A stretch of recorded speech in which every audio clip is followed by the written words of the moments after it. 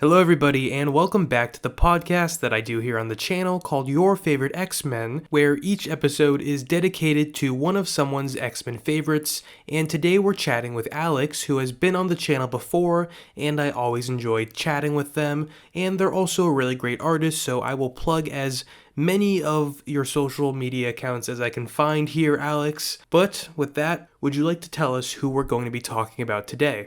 We're going to be talking about the one and only mutant messiah, Hope Summers. She is kind of a polarizing character, I find. So I didn't know too much about Hope Summers before this year, really, and I'm kind of curious why she is such a polarizing character. I mean, I can see indifference, but is there a reason people would, I don't know, dislike her? A lot of people dislike her, I think, because she took over a lot of the 2010s and was kind of just like a poster child for, I think, an era a lot of people don't really care for, the Utopia era and all that. But I like her. Obviously, that's why we're doing it. I'm doing this episode. But I think a lot of people just see her as like this. I hate this term, but like a Mary Sue sort of character, and like also like a Jean Grey clone, which I guess in some ways she is, and in some ways she very much is not.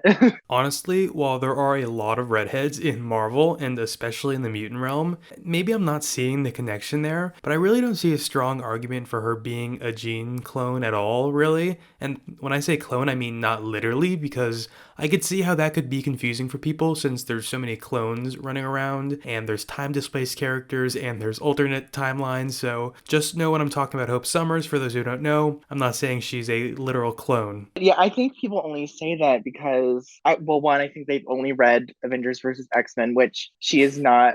Like, she is sort of the main character, but she is also just kind of a plot device in that book and that entire storyline, which, like, fair, if that's all you've read, I can see why you'd think that. And then, like, literally right after this era, she kind of just disappears because, like, Teen Jean shows up. So I think that also adds to the people being like, oh, she's just like a replacement because Jean was dead. So Oh, okay, yeah, I guess I can see that a little bit too. And then young Jean, that time displaced Jean, kind of also has that outfit that is basically, it's really cool, but it's basically like giving Hope Summers. It's got a Hope Summers vibe to it. yeah, she kind of has like Hope hair too. Like Hope had like the side bangs, and then Teen Jean had the side bangs for a while.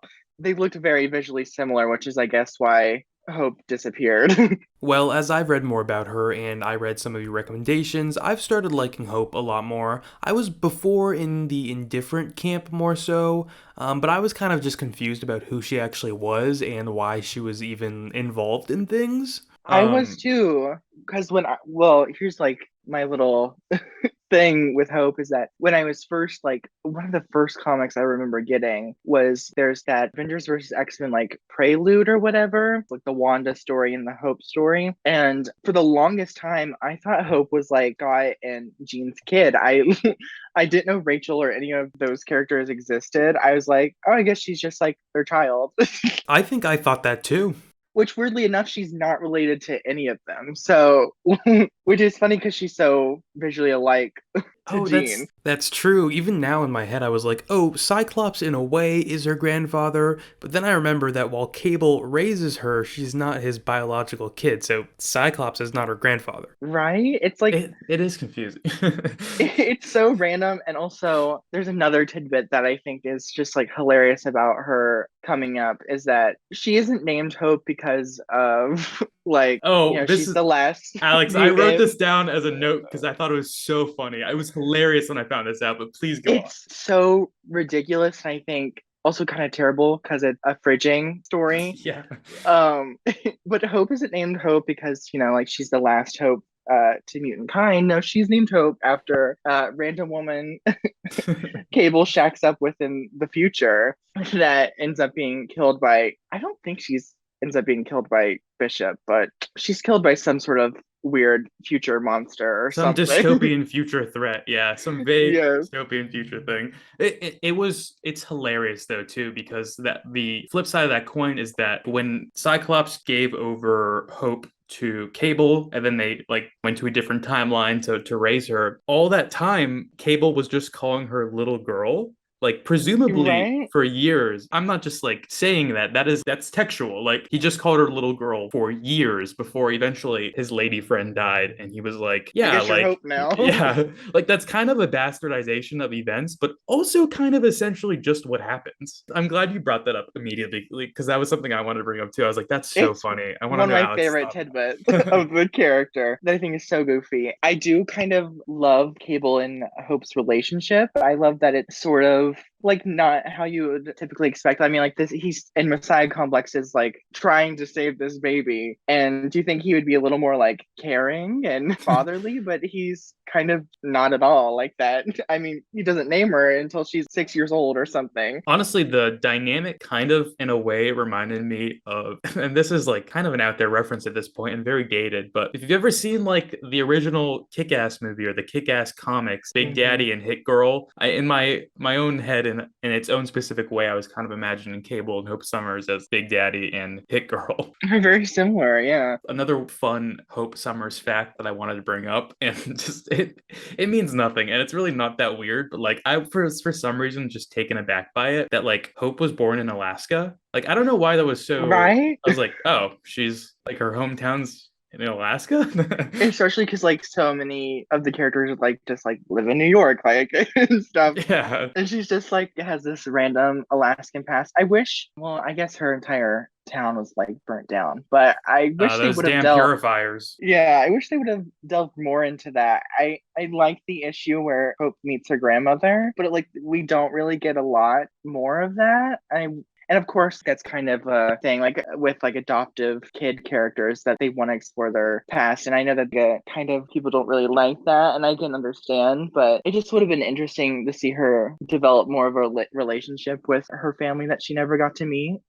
Yeah, I mean that'd be interesting if they wanted to dive a little bit deeper into that too. It's like I think part of the reason that the Alaska thing stood out to me is that usually when a character is from somewhere that's kind of distinct or unique, which I think Alaska kind of falls in that category, is that Hmm. it usually informs the character in like some specific way. You know, like Cable or not Cable, like Cannonball, for example. Like Hmm. it's like All the like New Mutants, pretty much. yeah, actually, that's a good point. Literally, all the mutants are from like really distinct places that really inform their personalities and worldviews. And then she's just from Alaska, but then it doesn't really matter because she basically spent most of her life, like in future timelines, I guess, which is also a Yes, I crazy don't thing. think she I think she doesn't even like really understand what Alaska is. Like she's kind of like I love characters like that are like out of time and out of place, and she just doesn't really understand like what's going on. A lot of the like she has been is like as soon as she gets to that time, well, people are trying to kill them, and also it's like information overload and all sorts of pressure put on her, and she's like literally like I was fighting like these like demon bugs like a couple days ago, and now I'm here. Yeah, it's funny you say the out of time thing too, because and this isn't like fully fleshed out in my head, but I was kind of also seeing Hope as almost like a reverse Captain America in a way too, because she's equally a symbol for her people and is kind of Exactly, that's a good point. yeah, and she's like regarded as one of those she's kind of the best of us types, but instead of living most of her life in the past, she lived most of it in the future. So where like Steve saw the horrors and coming evil of like World War II and in a way almost like the coming of technological evil too. Hope is like on the flip side of that, and she saw the end game of all that, where it just I think she even said at one point in that Generation Hope series where like the future that I've seen is basically just like either everyone's wiped out or everyone's being hunted down. And it's that's kind of like a little bit of a parallel with Rachel almost is she's a lot like how Rachel comes in a little bit. You know, I feel like if there's like anyone listening to this that doesn't know who Hope Summers is, which is very possible, I think she's like she's not niche, but she's fairly. Is that? I mean, where would you Yeah, rank I her on would the? agree. I feel like you would have to have really been around for when she was basically an A-list character, and now I'd say she's more like almost D-list. Like you would have to be in the know to know who Hope is. D list with Gillen been doing a lot of legwork to try to boost that status. Yeah. For those who don't know who she is, what do you think is like the best way to start explaining like Hope and her situation? Like, I guess just Messiah complex stuff or House of M Yeah. stuff, or Oh gosh. Well, I guess we can do a brief explanation of events. You know, House of M happened, bye bye mutants. Then, surprise, Messiah Complex, a baby's born in Alaska, as we went over.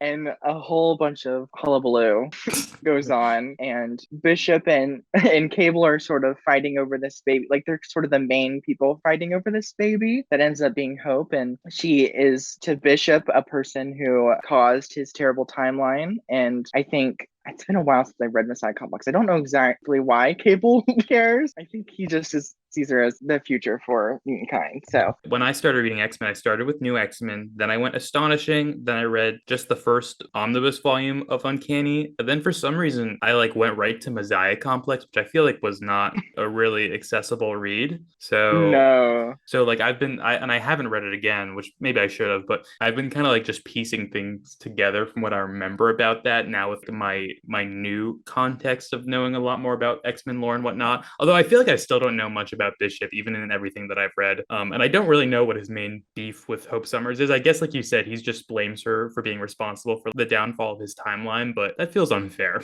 I know, because when Madrox and Layla Miller, uh, gosh, Layla Oh, Miller, another character I completely forgot about, actually. she's weirdly important to Messiah Complex now that I think about it. But they end up going to the future, and we don't really see like a version of Hope, I guess. There, we just kind of see like all the terrible things that I guess has happened to Bishop. But it would have been well, I guess she wasn't really a character yet, but it would have been interesting to see who this girl was. So we have not, as far as you know, on panel seen any like demonstrable reason that Bishop would have that beef with Hope Summers. Like we haven't seen his timeline where she is, I don't know, some like I don't how does he explain her being responsible for like the downfall of his timeline? When Layla and Madrox are there, they meet like young Cable. Or not young Cable, young Bishop, and all these people are hunting mutants and stuff. And I think there's like they mention that it's because of a so-called Messiah or something. Again, it's been so long. I really should have reread this before, because it's such a big part of her history. But that's like the biggest reason why. Like he's never even met her, I don't think, in the future. He just knows she's the reason for why it happens. Well, that doesn't seem very X-Men of him. Right? I've seen a lot of people criticize this turn for Bishop. I don't know much about Bishop, but from what I hear, this is like not really great era for him, or really in character era for him, especially because he's bald, which I apparently is like something that he usually is never.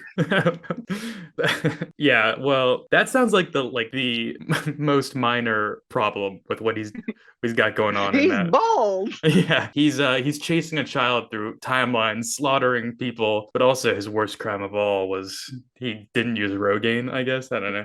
Wait, but Exactly. it's funny. I like can't recall them really. I honestly I can't recall seeing Bishop that much in the Krakow era. Oh, I guess Marauders. Yeah, and I think he's still on the new one, which I didn't read much of. It's like space stuff, so that's not my gig.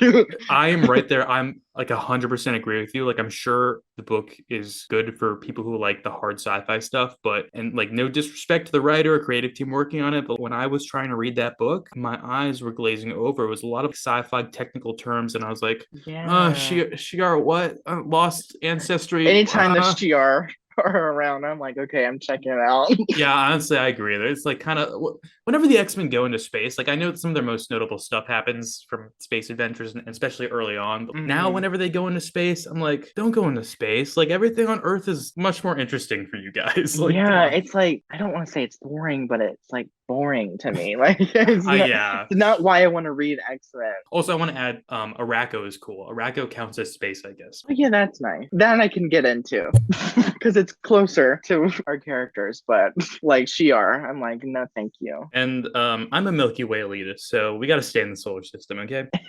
I also like I was annoyed on behalf of Hope, and I kind of still am annoyed on behalf of Hope because like I kept thinking of this line from one of my favorite Shakespeare plays Twelfth Night, some are born great, some achieve greatness, and others have greatness thrust upon them. And I think that that last part kind of fits Hope really well. Like it was kind of just thrust upon her, like the mutant messiah stuff, all this responsibility, like out of since birth, really, and out of nowhere. And the reason I get annoyed for her is that even like Cyclops, Bishop, whoever you want to say, really, everyone seems to think Hope's fate is already decided for her, and then they go ahead and like act according to what they perceive her destiny is, or like what a future version of Hope has done or would do, rather than the actual destiny that Hope is carving as she lives, grows, and like learns in the main timeline. I don't know. I found that really infuriating. Not to mention her only family, as she knows, Cable literally dies as all this is thrusted upon her. Or she thinks he's dead. I think he's actually like just in another timeline or some crap. With that's Cable.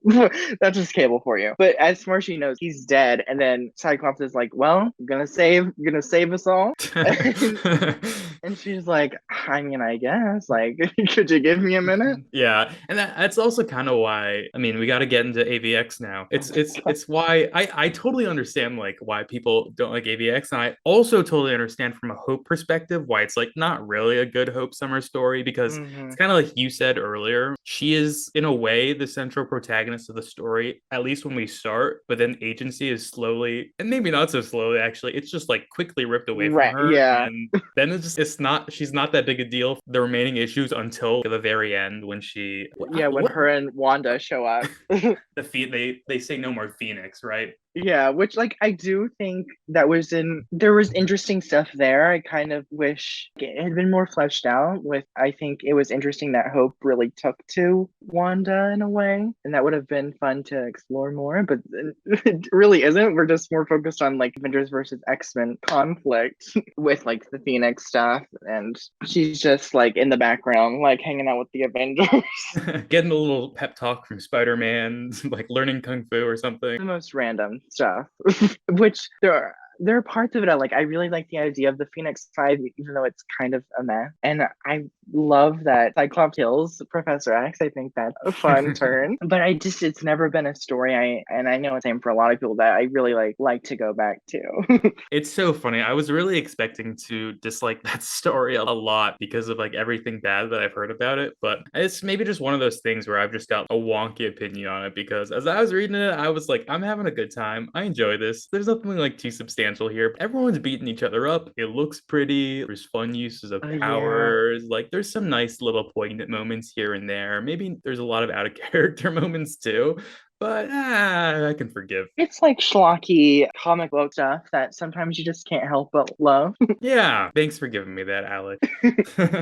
I can get why people would enjoy it. Like if you're like, well, that almost sounds like mean. If you enjoy like the big battle stuff and just like back to basics sort of versus stories, then it's fun.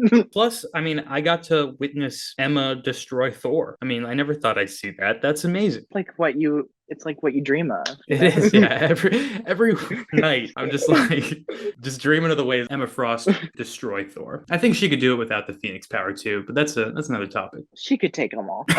You know, there's another character that like I kind of was drawing a parallel to Hope Summers too, which is in and of itself. I wonder why like Hope Summers kept evoking images of other characters as I was reading her. But anyway, are you an MCU watcher at all? Yes, I mean definitely not a stan by any means, but I know what's going on basically. Do you keep up with like, because I know there's a lot of them now, so it's understandable people are. Or do you keep up with the shows at all? Actually, not really. Since WandaVision, I haven't kept up. Oh, okay, that was the first one, so that's like a big no. Yeah. But so okay, so I'm assuming you haven't seen the Loki series. No, I haven't. But I when you're on Twitter, you sort of get secondhand of everything. So yeah, that side note, but I feel like I know a lot more about Star Wars than I should from someone who's like never seen one of the movies because of just like comic book and just kind of pop culture Twitter. Literally, if you just go on Twitter, you just know what's going on.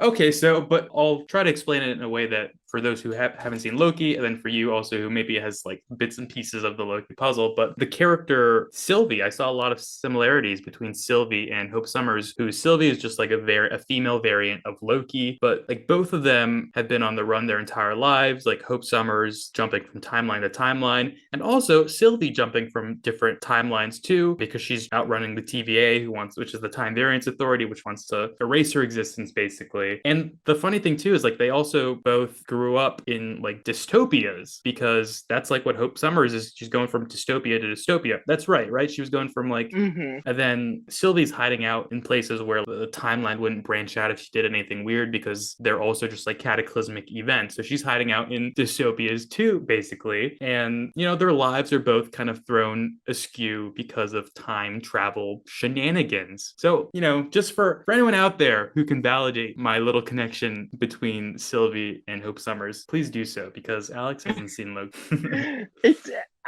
interesting. I know of the character. I don't really know anything about her, but it's a parallel I never would have drawn myself, obviously, because I don't know, but it's interesting. I wonder if they're a fan of Miss Summers. Yeah, I was almost like, I wonder if the writers, because my understanding is that Sylvie's a completely original character that they created just for that show. I was like, I wonder if the writers are like, were like reading X-Men comics back in that Hope Summers era, and we're like, is the MCU gonna get here anytime soon? Maybe not. We can just kind of steal some pieces. They're never gonna get to, well, maybe they will get to Avengers versus X-Men, but maybe they'll just replace Hope with Sylvie and everything will. Oh no. Even that sounds like a nightmare, but yeah. And you know, sort of circling back to time travel and tying it in with Hope Summers' role on Krakoa in the modern day, and just airing some grievances with Bishop. Now that she's on like the Quiet Council, shouldn't Hope Summers be like petitioning every day for Bishop to be thrown in the pit? Well, I think they actually made up, sort of, in a random X-Force storyline. She, I think, got her grievances out. She stabbed him through the gut with like some sort of, you know, time mess was going on, probably because of Cable. And they were captured. Oh, they were captured by Strife. That's what it was. Her and Bishop end up being captured by Strife, and Strife is like, "Come on, you're like, you know, you want to kill him," and she's like, "Yeah, you're kind of right." And she stabs him, and then she ends up helping him out and sort of saving him, from what I remember. Is that different from the time that she sends Bishop far into the future without any time travel devices? Or is that the same instance? I think that's a different instance. I think that might be like near the end of the Cable series. Yeah, I think you're right. But I mean, I'd love to see some more drama. I mean, if she still, I mean, I'd hold the grudge if somebody tried to kill me. But maybe she's being, you know, a messiah. Maybe she just feels like she's above it all now. I also guess just someone trying to kill you is kind of a day in the life for a lot of the X-Men, so maybe it's not as big a deal for them. Hey, some of the greatest friends in the X-Men have tried to kill each other before. That's true. You know. That's true. And you know what? I completely forgot, but she can't really petition for him to be thrown into the pit because of Krakow and Amnesty. That would have applied to him for any crimes he committed. So, although I'm going off the rails. I'm sorry, Alex, but technically, I love it off the rails. He committed those crimes in the future, so I don't know. Yeah, kind of out of the realm of their jurisdiction, I guess. Yeah, like you can forgive past crimes, you can give them amnesty for that, but amnesty for things that happen in the future but are in the past of a certain character. I think there needs to be like a lengthy Krakoan court battle about this. Especially because there's so many like random characters from the future. Yeah, that's true.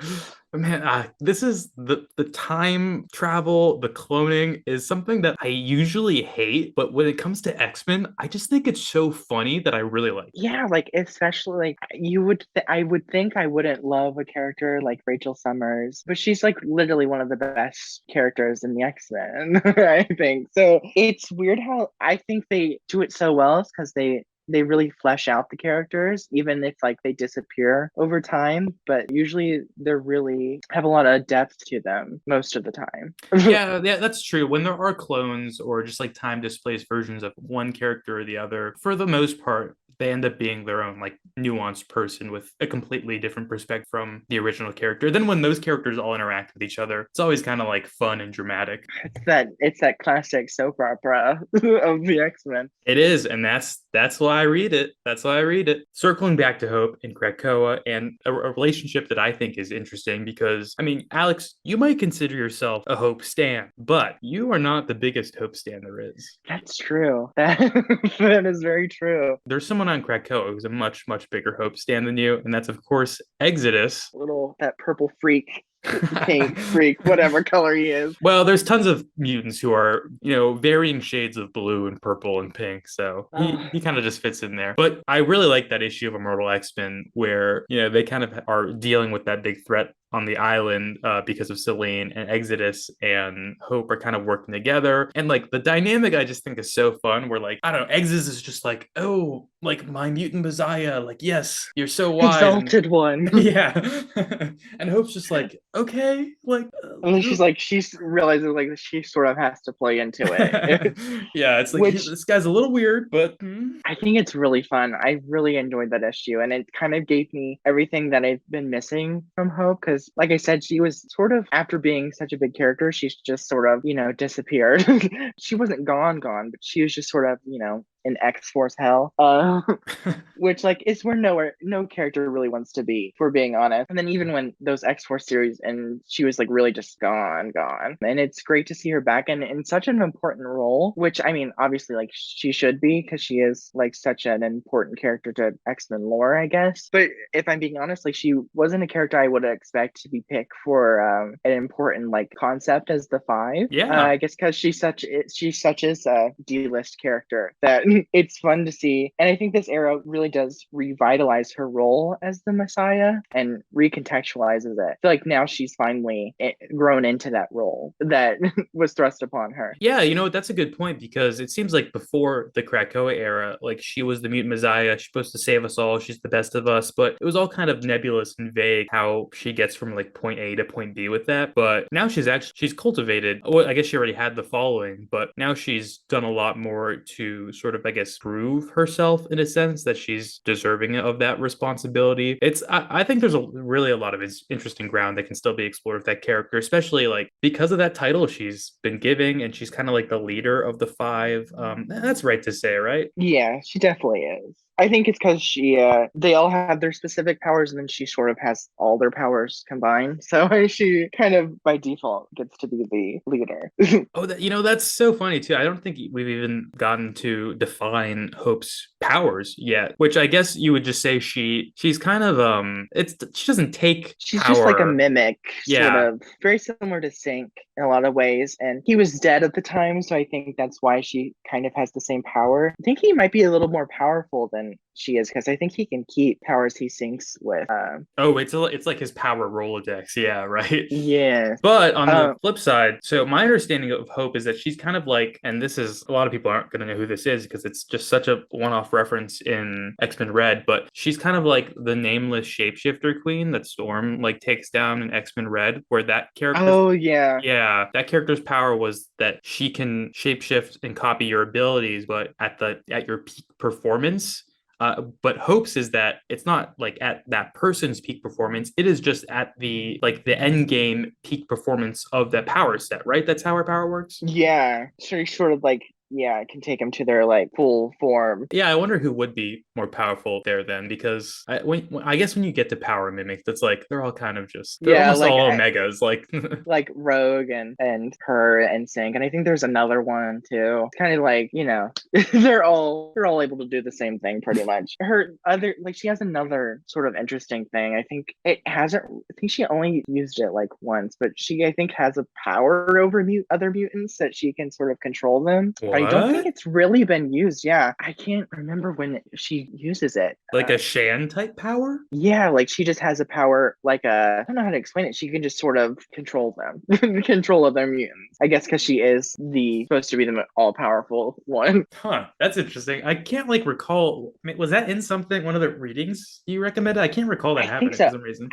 I swear it happens. I think it's listed on our wiki too. So I think that I might be just referencing that as well. But I think it might be in like a random uncanny issue that she does it. You I know think what's it like might be when she's like gathering all the lights or whatever. Oh, and you know what's kind of a problem with like characters like Hope and their power sets too, though. It's that like sometimes writers are a little loosey goosey on like defining those powers. So I'm sure Hope's like Yeah. I'm sure even like the categorization that I just gave, where it's like she has the ability to do like the peak of what that power set could be, isn't even accurate to every single comic that she's been in. But then I'm sure sometimes it is, sometimes it isn't, so on and so And forth. it's also like with Hope, she doesn't really use her power that much because she is such a like more like she usually uses the gun more often than not. Which I don't know how to feel about that, frankly. Like, for someone who is so powerful to just sometimes rely on like those cable light type attacks, it just like it throws me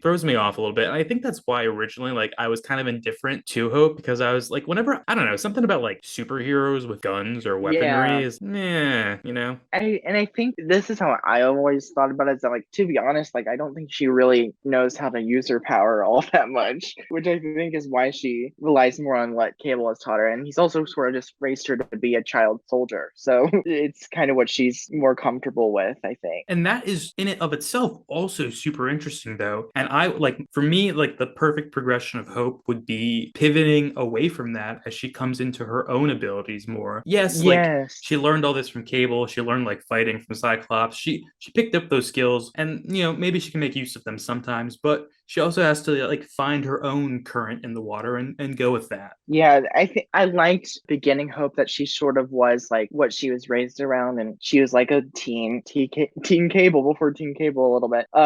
Not so much because she was more self-serious than he is. But she was more like a product of how she was raised, and I think it would be very interesting to see her sort of like you said move away from that. And I think now is like a perfect time. I think she probably never will because I think they kind of like having her be like girl Cable, but I would like to see her be sort of like a god, Yeah. like how people treat Storm and Jean. I think is how they should be treating Hope a little bit. This is a character path that I think you really enjoy, Alex, because this I is love this is a similar to why you like Jean. I think just like the I love power. I love unchecked power. yeah. And what happens when someone has that kind of power and maybe sometimes a little bit of a temper, which I think Hope can have. She definitely is. I think that's what It's like stubborn. no, yeah, she is stubborn. I think that's what makes her different than Jean, like what people compare her. I think she is like stuck in her ways and doesn't really care what other people have to tell her. Like she, especially in Generation Hope, she sort of just does whatever the hell she wants. And if it works out, it works out. And if it doesn't, that's on her. But you're not going to tell her like how she has to do something. I think she's very prideful, which is like Cable, I guess, and in a way. Yeah, and I think there's even a great issue to exemplify that. Sorry, there's a great moment to exemplify that in the first issue of Generation Hope, and it's a moment where they're trying to stop like whatever's going on with that fifth New Mutant, Yeah. whose name I forget, but it's Kenji, I think Zero Kenji. or whatever. Yes, yes, it was Kenji. And I guess like Hope goes and basically tries to handle the thing all by herself. And then Cyclops and Wolverine are like, Rogue, you were like supposed to be watching her. What are you doing? How did you let that happen? And Rogue's just like, that kid is gonna do whatever she wants. You think I can stop her? No, there's no way.